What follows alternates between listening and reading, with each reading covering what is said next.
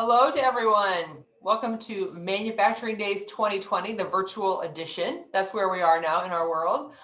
Thanks to everyone for being a part of Manufacturing Days 2020 and attending this session. All attendees are muted, so students who are out there or classrooms that are represented by those little icons I see, you are muted, but you can have access to the Q&A function, so please ask questions during this session.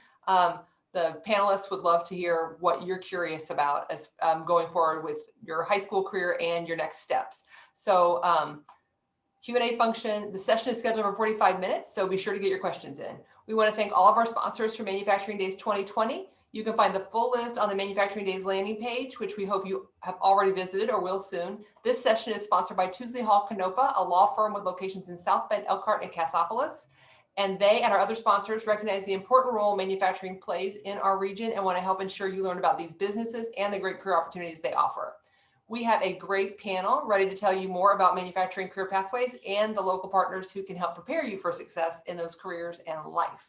So today we are fortunate to have Lindsay Bradley, who is the HR manager at C&S Machine, Jordan Boudreau, student affairs administrator at Purdue Polytechnic Institute, and Louis Zapata, vice president of financial wellness at First Source Bank, who is also a sponsor of Manufacturing Days. So thank you all for being here for this session. Appreciate it. And you guys can unmute now if you would like, because we're going to let the games begin. So I'm going to start with Lindsay, and I want you to kind of self-introduce yourself and what you do, but also answer this question.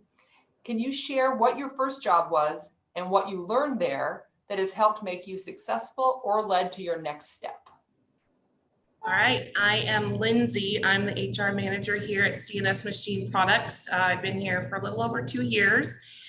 We've got about 100 employees, and I help basically just take care of everybody where it comes from recruitment, onboarding, to just kind of being an advocate for the employees and if they need help with anything. So my first job was actually right out of college. I did go the college route, and I was an HR admin for a corporation that owned prisons. So it was kind of interesting. When I got there, I actually have a degree in meteorology and I was working in HR, so I didn't know much about what I was doing. And I learned at that time, it's okay to ask questions and ask lots of questions. So even today, I know that there's no dumb question. So whenever I need to learn something, I will research, I'll ask as many questions as I can. And I think that is a good something that I learned younger, and it helped me kind of get to where I'm at, being curious. So awesome. Being curious is always a good idea. Yeah. Indeed. How about you, Luis? Hello. Well, I tell you a little bit about what I do at First Source. Is I'm in charge of financial education. So anything that has to do with credit, budgeting, all of that. We love helping the community, and that's what I do. That's what I'm in charge of. And my first job, I guess I worked a little bit with my grandfather during the summer in the farm, and he will make my brother and I feed the cows. And then also in the cornfields, we will have to take the weeds out. I hated that, but you know, it taught me that you can do anything, and it doesn't matter what position you have. Any job is important, and even pulling the weeds has an important part of the whole process. So just little things that we think they may not be important. If we had not been there doing that, probably wouldn't have good product to sell. So so yeah, I guess I can share that was as my first official job, helping grandpa. So how did you feel like that helped make you successful or lead to your next step? I think hard work, it's important. I learned that efficient work is also very important, that you have to do a lot of, prepare me to know that I have to work hard, but sometimes just working 50 hours is not necessarily what makes you successful, or how productive you are. So if I was able to finish my line, if you will, before my brother, for example, I could go and wait, and he will still have to work, and we still had the same thing that we needed to do, but finding ways to be more efficient and more productive. Oddly enough, at a 12, 13-year-old, that's what I learned from there. That's excellent. What about you, Jordan? Hey, Luis, that sounds pretty impressive there at 12, 13. My name's Jordan. I'm a student services coordinator at Purdue Polytechnic in South Bend. I'm responsible for the recruitment of the recruitment awareness strategy and job placement for our students here at Purdue in South Bend. My first job was in high school, my sophomore year. I was a camp counselor at a day program for ages 5 to 12 years old. What I really learned was just showing up as part of the job. Showing up, you'll never win a race unless you show up for the race. So showing up and you're accountable to the other team members that I was I was there with. A lot of us were in high school together, so I knew them from various high schools. So it'd be like Penn, Mishawaka, and say St. Joe. And so that's what I really learned is like when you're part of a team, everybody expects you to show up and more importantly, have a good attitude when you're there. Because, if anything, like we're employing the campers are the 5-year-olds or 12-year-olds. And so if I'm not having fun, they're not going to have fun. It kind of goes with like work too, like if the boss doesn't want to create a stress zone area, it's like kind of alleviating the employees from the stress. And so that was kind of one of our jobs too. And besides being a life support for those kids. Excellent. Thank you. So there were a couple comments made that lead into another question. So like clearly, whatever your job you're in, you're kind of part of an ecosystem within the team, your internal team. Sometimes there's even sub teams within the bigger team. So talk about how your career currently, what you do right now, how that relates to manufacturing in our community or how you interact with manufacturers in different ways. So Lindsay, I'm going to start with you because it's pretty clear what you do, but also maybe you even have a conversation about how you interact with other manufacturers as far as workforce. Sure.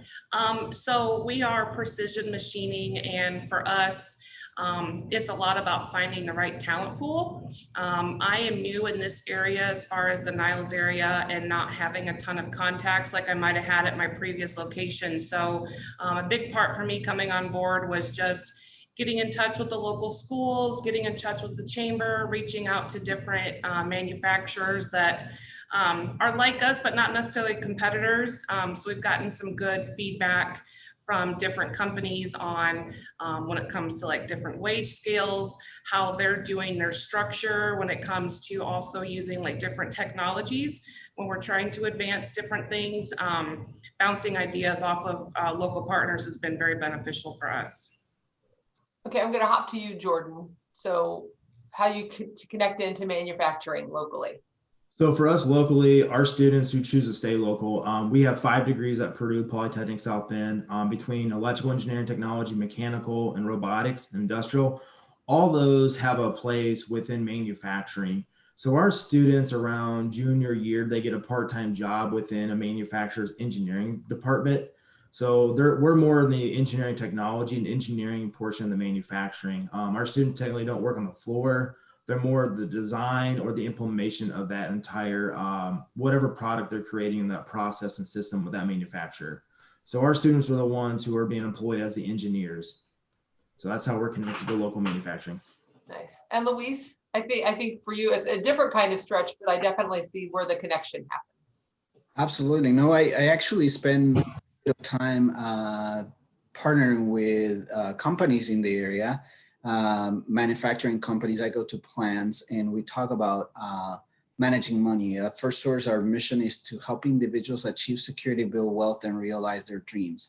And in a manufacturing setting, jobs, you have different seasons, you want to also have stability. Sometimes it's very well paid. You want to manage that money. So we are there to help people understand how to create a budget, how to build their credit, how to get their first house. And we build those relationships with individuals one-on-one. And we have been very blessed that companies will allow us to come in now virtually, sometimes in person, to talk to their employees about not only what they're doing, but how the money they're receiving, how it's impacting their lives outside of the company, because it's a balance between their work life and their life outside of the company. So if one is not working well, the other one is not going to work well. If you're all the time stressed about money, when you show up to work, you're not going to perform at your best. So you have to have a strong balance, and we help with classes, with information on how to handle that, so that you can achieve that financial security that I was talking about. Awesome, thank you. So I'm going to move on to, what advice would you give to students about how to explore different career options? So you've probably all had some young person in your life, or even an adult who's looking to pivot, ask you that question. So what advice do you give to people when they're looking to move into a different career, particularly in manufacturing, and what steps they would need to take? And I'm going to start with Jordan on this one. All right, thanks, Kate. My advice for them to contact somebody like a close family member or friend who's in that arena right now. And I would also tell them too, like, what your mindset at age 18, it might be different at age 28. And so it might be helpful to have a spectrum. We all know those students said, hey, life is going great. I'm coming out of high school. I'm going to go straight to manufacturing. But, you know, ask them too, hey, are there next steps for you to move up in the company? Because yes, we do need people who just come to work, clock in and go home. Some people are built that way. But also, if you're not, realize that and ask about, hey, are there any opportunities for me to move up? Will the company provide training for me or anything like that? So it could be very confusing too. So what CNS machining does may be different from what Honeywell does or another company. So it's kind of like, look at the area as a whole and kind of think, I really like doing this. I would like working for that company. So that would be my advice for them to reach out to family and friends. Awesome. What about you, Lindsay? What do you tell students or young people or even adult people who are looking to pivot? So for us here personally at CNS, one of the things that I think has been very beneficial to students and then also adults already in their career is to actually come on site and take a look around and see what we do here, see what our facilities like. I think manufacturing kind of has you know, you have an idea in your mind what that looks like, and sometimes it's not the most pleasant, but if you were ever to make it to CNS, you can see that it's not all like that. It's very clean atmosphere here. So it gives you a different perspective just to really be on site. Also, I will say somebody who takes that initiative, if you're a student, when it comes down the road, people remember you, they remember your name, showing that interest, that will definitely stand out to somebody. And another thing would be, I've had people call me for this, is to call and interview us. Really just find out what we're all about. They'll look at our website and get an idea, but then have an opportunity to ask us questions. And I'm personally happy to do that. So that's another good way to find out more information. Nice. So what about you, Louise? So you go into these, you obviously have seen a lot of businesses, and I bet you do have people who ask you for advice in your life. I think we all do, neighbors, kids, all that kind of stuff. So after observing some of these manufacturers, do you feel like you are able to kind of help direct students to kind of opportunities that they might not have considered through the knowledge that you've gained just as a banker? Yes, I think one of the things that was very crucial and important for what Lindsay and Jordan say is, I think I can maybe try to put one word, it's have curiosity and ask questions and network. We say that in the business world, a lot of network, but that means, just like they said, is just contact somebody, ask questions, reach out, because that's how you discover things. The place where I am at the bank right now, it just came through curiosity and doing certain things. I was, besides working in the farm and working for my parents in a hardware store, I have been justice of the peace, married people. I was customer care manager at a construction company, and I started my career at First Source in the branches, just servicing people. And I was supposed to be a small business lender and a financial advisor. So I have been, a lot of roles, but I was curious enough to ask, what is this about? How do you do it? Go visit a place and don't be afraid to explore. I think that's part of the cool thing about the young audience that we have. You have time to explore, to reach, and not everything has to be, I gotta choose this career and this is I'm going to do for the next 40, 50 years. You'll discover. And once you start enjoying something that you do, just like I absolutely adore what I do. But 6 years ago, I wasn't doing what I'm doing, but I was doing a little bit of what I'm doing now, and discovering what passion I have led me to now. This is what I want to do the rest of my life. And there's so much in that. I'm going to unpack it just a little bit and say, like, so what you really said about lifelong learning and being open to opportunities with that curiosity, right? So my question for Lindsay will be, what can students do now to prepare for success in, say, the apprenticeships that you offer, like to be prepared for that next opportunity? Like, what are some foundational pieces they could put in place while they're still in high school? Definitely doing well in school. So for us, mathematics is a pretty big part of the day-to-day for our operators here. So really being able to take advantage of what you're being taught in school, learning those things and not just learning them to pass the grade in the class, but really getting the concept behind those things. That's very beneficial for us. And then also just good attendance. Being present every day, putting in what you need to do, that kind of work ethic and school ethic will translate into your work career, because when you do come onto the job, even as an apprentice, there's that expectation, and we do want you to be present and show up every day. And, even those small things of coming to work every day, it shows a lot about who you are and what we can expect out of you as a potential long-term employee. Awesome. And Jordan, do you have any thoughts on that as well? I'm just going to piggyback what Lindsay said. It's being present and the accountability piece. If you really develop those lifelong lessons, I'm just learning lessons on thinking, if you just show up and you're accountable to your either teammates or your school or your job, that goes very far in any career, because you're not going to have everything figured out at 18 or 22 or 35 like myself. Just remain flexible in life. But the most important thing is being accountable for those who that you're working for, or your family members or your friends. So that's all I have about that one, Kate. And Luis, I want to toss it to you. So financial foundations, right? What could high school kids be doing, thinking about how to plan for their future and to budget to meet their goals, whether that's traditional four-year college, a two-year program? What would you encourage them to think about as they're kind of laying that foundation for themselves? I think, again, going with curiosity and learning about money and how to prepare, one of the biggest things that I see in the community when I go out and do presentations is we become very reactive. We become, we get a paycheck, and this is what I'm going to do with my paycheck. I'm going to pay my rent. I'm going to pay my cell phone bill. I'm going to pay this, and then I'll wait for the next paycheck. And then the next paycheck comes, and then I'll figure out what to do. So one of the skills that you can learn to do and prepare yourself is to try to think about the future. We are in a culture where people tell you, the rappers, live for the moment, live for today. I don't know how to rap, but that was my best attempt to do it. They tell you live in the moment, right? Live for today. But you also have to live your future moments, and you have to be ready for those. So changing that frame of mind to, yes, enjoy the moment, but also be aware that you need to prepare so that you can enjoy your future moments. It's going to be important. And so anticipating expenses, anticipating your income, learning that you're going to need money, how to calculate how much you're going to have to pay, understanding how much money you bring home. One of the things I say in the US, we all love to talk about how much you make per hour or how much you make per year.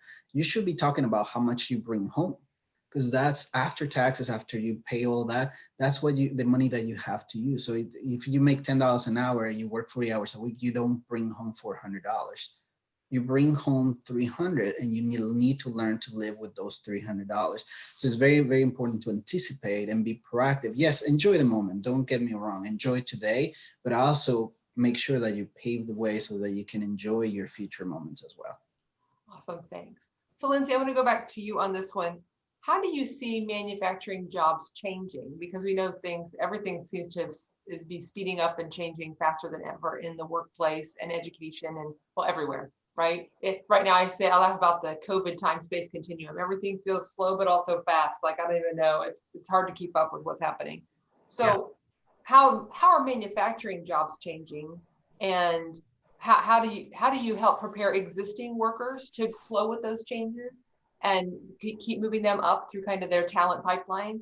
And then how do you encourage students to be prepared, knowing that the job they have, if they're a freshman in high school, the job they have may not even exist today. Things are happening that fast. So what does that look like? And how have you seen things change at CNS over the last few years? Yeah, so for us, a lot of the big changes that will impact us directly is a lot of automation, getting into robotics, allowing us to keep running the machinery across shifts with not necessarily having to have a warm body standing there every time. That gives us opportunity, though, with these changes and shifts to educate our current staff that we have, those that want to continue to learn and grow. You know, there's opportunities that they can become a programmer, they could become an engineer, something that maybe they didn't start off doing, but working as a machinist, they're getting some of that foundational information that they need that will really help translate into a different career path that is still focused in manufacturing. Here at CNS, we're actually in a big initiative right now, working on a whole training program for our staff, kind of seeing some of those trends emerging and where the future is going to look for us. We know that we've got to be able to not rely on outside resources, rather than being able to build up our own internal staff. And somebody who is kind of open to ever learning, you know, this is perfect for them, because there's a lot of different things coming their way that having that kind of willpower to put them through that, this is going to be great opportunities. Yeah, and that there's something that I often say to particularly high school students, that their next step isn't their last step unless they want it to be. So you might find out that you love being a machinist and that's what you want to be. And that's what you're going to do. And you're going to do it every day and you're going to do it great. And you may not want to do the next thing up, which is also okay. Yeah. But to be good at what you do. So I'm going to go to Jordan on this one and say, so how does Purdue wrap around people? I know you have a lot of students who also have jobs. So what does it look like for adult students or older students as compared to younger students to do those kind of pivots and come back in, and what can they find at Purdue to help them move up in their career pathway? Well, for Purdue, like when we have a non-traditional student who's been out of school for some time, they come back, they've kind of figured life out saying, hey, I really enjoy doing my job, but I want to do more. And how do they do more? Well, they're like, well, I need this education, this background in order to move up in another company. So generally when a non-traditional student comes back, they come to us part-time because they're going to work full-time. Most of them have families. So that means they're going to be taking part-time coursework, which is, they're just slow and steady, you know, wins the race. But they're really looking at the next step up or the next two steps up for that, because they already have the job that they needed with a degree. But now they just need to have that education portion in order to move forward. But generally when they come back as a non-traditional student, they're very focused because they realize it's their time now. And it's very important because now they're spending money on their education. It's not just like a gap to do something. This is very important to me. So they're very involved in the classroom. And I think another thing that we had talked about previously is that letting our citizens understand that we have great resources here for education and training, and the way you can feed directly into Purdue from high school programs, obviously, but also you can go to Ivy Tech and do some initial certifications, maybe even get your associate's degree and then feed into Purdue. So do you have anything to say about that? Like how the best ways to take advantage of those systems?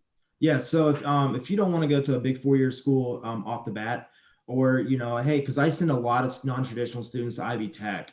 And they'll take the TSAT program there. So it's 2 years with Ivy Tech and then 2 years with us. So if they want to do electrical engineering technology, they'll do the first 2 years at Ivy Tech.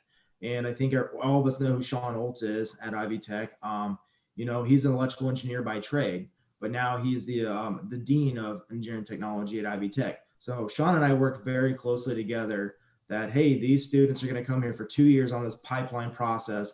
Then they're going to transfer over to us for 2 years. So they get that 4-year degree actually within 4 years. They just chop it up in the middle. They'll go to Ivy Tech and it's a little more affordable and easier on their schedule. Excellent. So Luis, I'm going to jump over to you because I think one thing about manufacturing careers that sometimes we miss is not everybody who's in manufacturing is a traditional manufacturer. So Lindsay is in human resources. You're a finance guy. you have a finance background. So maybe talk about how you determined what you wanted to do with the skill set that you had and the interest that you had, and how do you know anyone who has taken that same kind of background in finance and uses it within manufacturing, maybe as an accountant or as a, purchasing, or those different ways that you could use this educational background, but it could pivot into manufacturing? Yeah, I think one of the things that when we talk about money, money's everywhere, and I don't want to put money as a priority. You should pursue money for money, but you need to understand money, and the understanding of money in any setting is important. In manufacturing, is not only about production, how many pieces you put out, but also how much they're willing to buy outside, and sometimes estimating. Some people have gone from school where they study economics and they do forecasting for the RV industry so that they can try to figure out how many RVs they're going to sell, and therefore plan their production for the future. And so you become a planner. Manufacturing is so rich in so many things. It's sourcing your parts cost. So that relates to money, and you have to plan for that. And then how your capacities of production. So talking and understanding numbers is also a very important piece of the puzzle when you jump into this career. Why are you asked to produce these many pieces on a given day? If you understand that, you can also move up in your career and become a lead and explain to others what is the purpose of. It's just not building parts and making something appear. It has an economic response behind it. What is the company trying to do? So, if you, like normally people say, you follow the money, understand the money, you'll be able to understand what everybody is contributing to that piece of the puzzle, which in the end is producing money and making sure that our families are provided, that we have a job, that the company is profitable, and then we can continue to move forward and have the things that we want, and then cover basically our needs too. Yeah, this makes me think of a conversation I had early on, like one of our first manufacturing days. So this is like our 7th year of manufacturing days. And a local employer had 2 of their younger employees talk about their career pathways. And they had 2 employees that had started as temps, actually, because they were so busy they had to hire through a temp agency. And they were both amazing, and they laughed about how they made themselves their own competition, that they were going to beat the guys who were already working there. So they did it and they shined, and they both ended up in full-time jobs at the manufacturer. And one of them said he had left school because he became a father, so he needed to get a job, and he was not at IU anymore. And he came home, he worked really hard, and they were doing this thing where they went around and actually handed out the paychecks. So the person handing out paychecks said to him, "So are you enjoying what you do? Do you like working here? Like, what do you really want to do?" And he goes, "Well, I was in school to be an accountant." He said, "But life happened. I have a child. I have to work." And they said, we have tuition reimbursement. We can send you back to school and you can finish your accounting degree at IU South Bend. And he did that. They paid for him to go to school, and now he works in the accounting department at that manufacturer. So I think that goes back to that opportunity and curiosity, right? Just because you start on the line doesn't mean you can't work in HR or in the accounting department or in sales. And sometimes starting on the front line makes you like an incredibly valuable employee. Are there any stories like that, Lindsay, like at CNS, of people who have kind of started on the front line and really just moved their way through? Yeah, we actually have quite a few of those stories at CNS. We've got a lot of longevity, people that have been here since when they were in high school or just after high school that are now in upper management, making really good careers and taking care of their family. One example, we did have a co-op student, so he worked here when he was in high school part-time, and his job was to really come out of it trying to learn more about machining. He ended up getting hired on full-time here, ended up joining our apprenticeship program, which was to be a journeyman machinist, and he's actually now one of our engineers in our engineering department. So what you said about learning kind of the foundational stuff, that is exactly what is very beneficial to us, because he knows what the machines do, their capabilities. He understands CNS in general. And so to then bring him on into the engineering department was a pretty seamless transition for him. And he got up to speed much quicker than actually getting somebody with engineering experience off the street. Yeah, I've been reading a lot about this. There's a whole, I think, kind of heightened awareness about the investment in human capital. Well, we've, I think, obsessed for a long time about like machines and buildings and, you know, all that type of thing, but none of that works without people. So going back to the apprenticeship thing that you mentioned, so for human capital, tell us a little bit about the apprenticeship programs offered at CNS, and if you know anything about other companies as well, just what that looks like and what kind of advice you give for students as they're kind of navigating and trying to figure out what path is best for them. Is it an apprenticeship? Is it a four-year college? Like, what kind of advice would you give to a high school student? So I would recommend, so we do have a co-op program, and I've heard of other businesses having co-op programs. And for us, what that is you actually are working with us part-time. Typically it's either 4 hours in the morning or 4 hours in the afternoon, 5 days a week.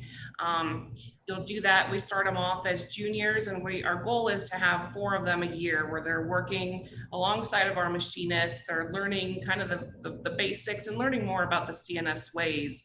And then if they're interested, and we've had a good relationship with them, we like to bring them on full time. And once they do that, they can participate in our apprenticeship program. By that point, they would have had a better understanding of, you know, is this for me? Is this something that I could picture myself doing? And if it is, and they go down that path, it's really great because I've been out of college for a while and I'm still paying for my college loans. And with the apprenticeship program, you get on the job training, you get schooling, and CNS provides that for you while you continue to have on the job training. And then when you're done, of course, we want you to stay with us and use what you've learned, but that is yours and that's yours to keep. And you're a journeyman, and it's just a lot of great things, and you know, the sense of accomplishment too, that you're able to do that and come out with a certificate like that. It's really great. And I think too, just to give a nod to the fact that one of the great things about this manufacturing days in particular is if you're virtual, there's no geographic boundaries. So we're really lucky that this year we have students not just from Michigan, but also from Indiana, and to talk about kind of those commuter patterns. Like we have people who live in one state and work in the other one, live in one county, work in the other one, and what that looks like. So really you have a really nice wide open pool of talent. First Source has a nice regional pool of customers.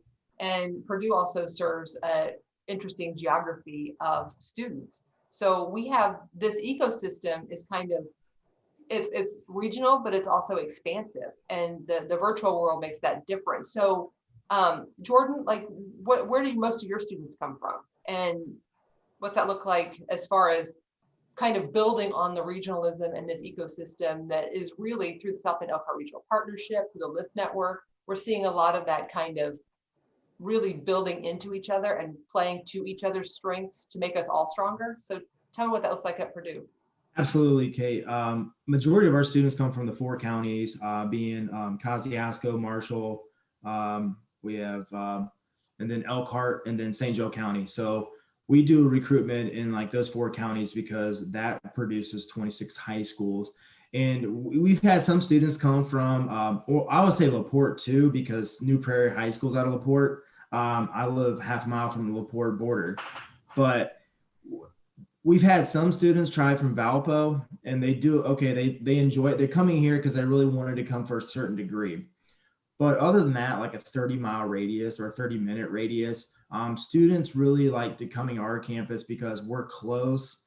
And they don't have to travel an hour maybe to Fort Wayne, and they also don't have to pay for housing. A lot of our students stay local because they want to be local and they want to stay at home. But they end up coming to our campus from like 8 to 5. It's like a full-time job for them. They come 8 to 5, and when they're there between courses or classes, their little cohorts, the little cliques they create. I don't care what walk of life you're from, they all become part of a clique.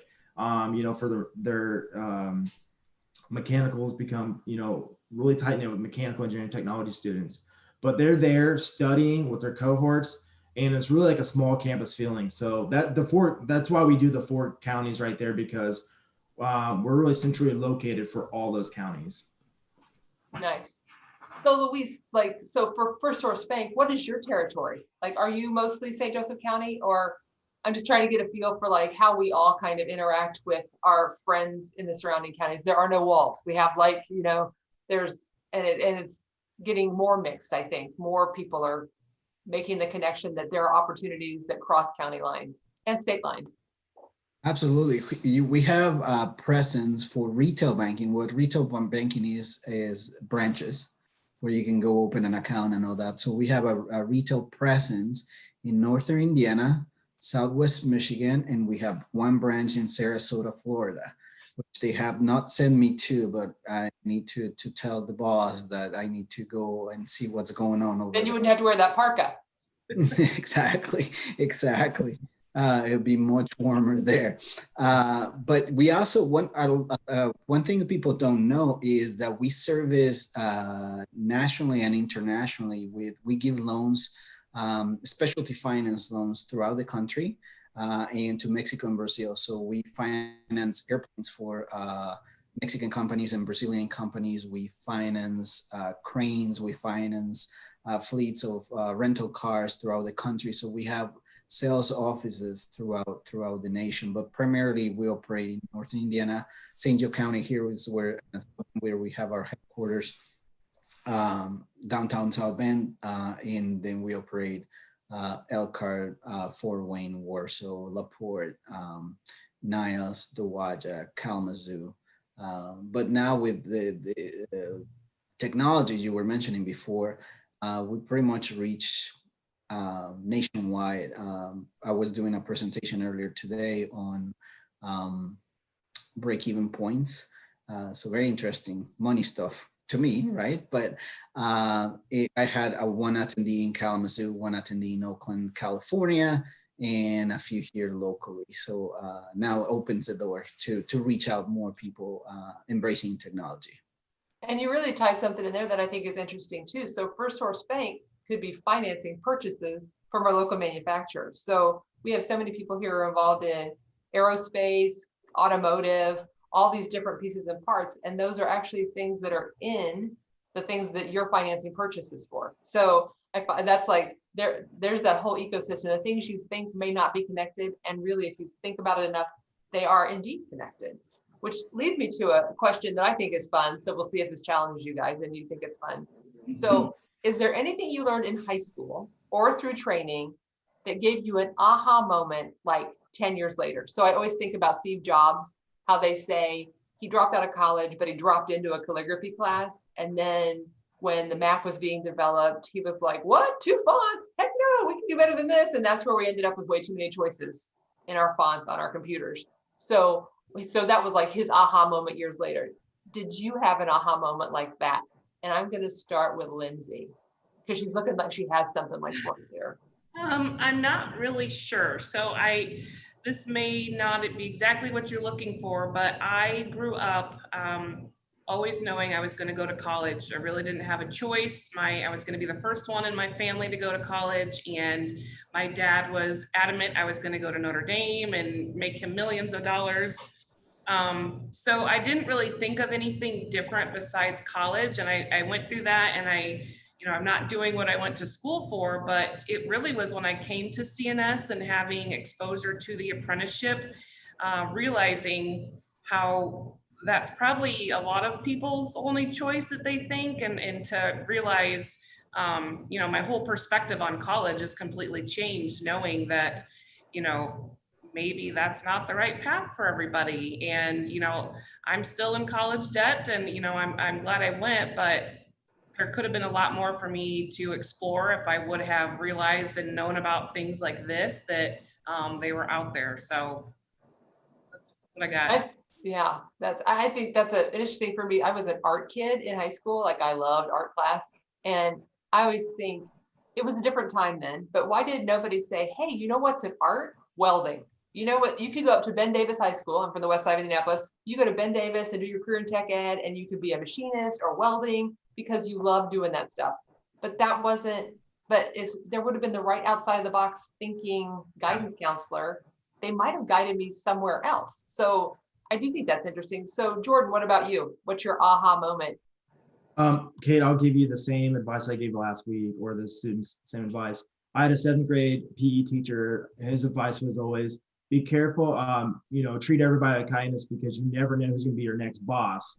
That goes hand in hand. I ran across people in other continents that I went to high school with, or we were 1 or 2 people connected. And it's like, it takes a lifetime to build a reputation, but a second to tear it down. And I really believe in that is like, because you're really building those relationships. People you might be in class with today, you might not see them for 10 years, and all of a sudden you see them, you're like, whoa, well, we work with, within the same industry, but just 2 businesses away or something of that nature. So that would be my advice, is just, be respectful and kind to everybody, because you never know who's going to be your next boss, your next colleague, or who's going to work for you in the future. Excellent. Luis? Well, I have to, please forgive me. High school for me was a long time ago. So I'm not going to use a high school example, but what I'll do is, one of the aha moments was to know that you can do good for people and do well financially as a company. So if you are being sincere and then you're trying to help, that eventually builds relationships and makes you money. So you can do good things for the community. And a quick example I have for that is about 10 years ago, 12 years ago, I did a presentation for a group of teenagers, 12, 14 years old, on savings. I didn't think anything of it. I didn't think we were going to get any business for First Source, open a savings account, nothing like that. About a year and a half after that, one of the girls that attended that session brought her dad in and said, he needs to open a savings account. We need to save in my household. And so he opened a savings account. And now this girl is a young woman and has financed her house with First Source, gotten a car loan, has her accounts with us, all because we were trying to help people understand and manage their money. So doing good also in the long run generates goodwill and builds that relationship and can make you successful. So doing the right thing, it is profitable too. So don't think that you have to take from people. You can give to people, and in the end, it multiplies. That's excellent. Great advice. For so many reasons, it's great advice. So I'm going to close with one question I'm going to have you all answer, and that is, if quickly say why you think manufacturing careers, or careers in a manufacturing business, whatever kind of career that is, like we talked about, it could be HR, it could be accounting, it could be supply chain, it could be a lot of things in manufacturing. Why are manufacturing careers a great thing to explore right now? And I'm going to start with Jordan. They could create a lot of challenge for yourself. So if you're a person who likes challenge, and there are lots of jobs that make up manufacturing. It doesn't have to be the person on the floor. You can go into finance, as Luis said. You're the person looking at break-even points for the manufacturing. You'd be accounting, the payroll, the HR department, or if you really want to be really aggressive, you can own your own manufacturing company. So that's the way you think about there. You might be the person one day financing your equipment to run a manufacturing, to have a bottom line you got to hit every month. So there's a lot of endless opportunities there, and it could be something for you now, or it could be something for you later. So just keep your minds open for that. Okay, and then Luis. I think if you think about the economy, how it works, we consume things. We always need things, and those things need to be produced. And where are they produced? In a factory setting? So that's always going to exist. That we're going to need to have products and services created by someone. So understanding the process of creation contributes to the growth of our community. So if you're creating, you're contributing to that. It's very important. It's going to be there. Sometimes it's going to be booming, but it's always going to be there. So keeping that in mind and learning all that process of creation, I think manufacturing can show it in many different ways. Awesome. And Lindsay gets the final word because she's an HR person at a manufacturer, so she gets to make a pitch for the employees. So go, Lindsay. So kind of like what I was saying earlier, how everything's changing and evolving, and looking more automation. This is a great time to look at what those opportunities are. You have kind of everything ahead of you that you could choose from, things that you wouldn't even think that any kind of interest can somehow plug into manufacturing. And kind of starting at the younger age is great. Being able to come in during high school, get an understanding, build those relationships, kind of everything's in front of you to take if you want it. Awesome, thank you. So thanks to all of our panelists. What a great conversation. Hopefully a lot of people have enjoyed this as they've watched it and will enjoy it more as they see the recordings out there. You'll have your session out there in cyber world, which will be great. We encourage everyone who's listening to visit the Manufacturing Days landing page located on the Chamber website. There's one on the South Bend Regional Chamber website and also on the Niles Chamber website. So we have two different landing pages on both sides of the state border, but lots of cross content for that. You can find a lot of information there. So the panels are being recorded. There are also industry videos, multiple companies in our region, pathway pages to talk about different careers and a lot more. So many businesses and careers to explore in the South Bend region. And we appreciate the three of you making time for this conversation and sharing your insights. Thank you very much and have a great day. Thank you. Thanks.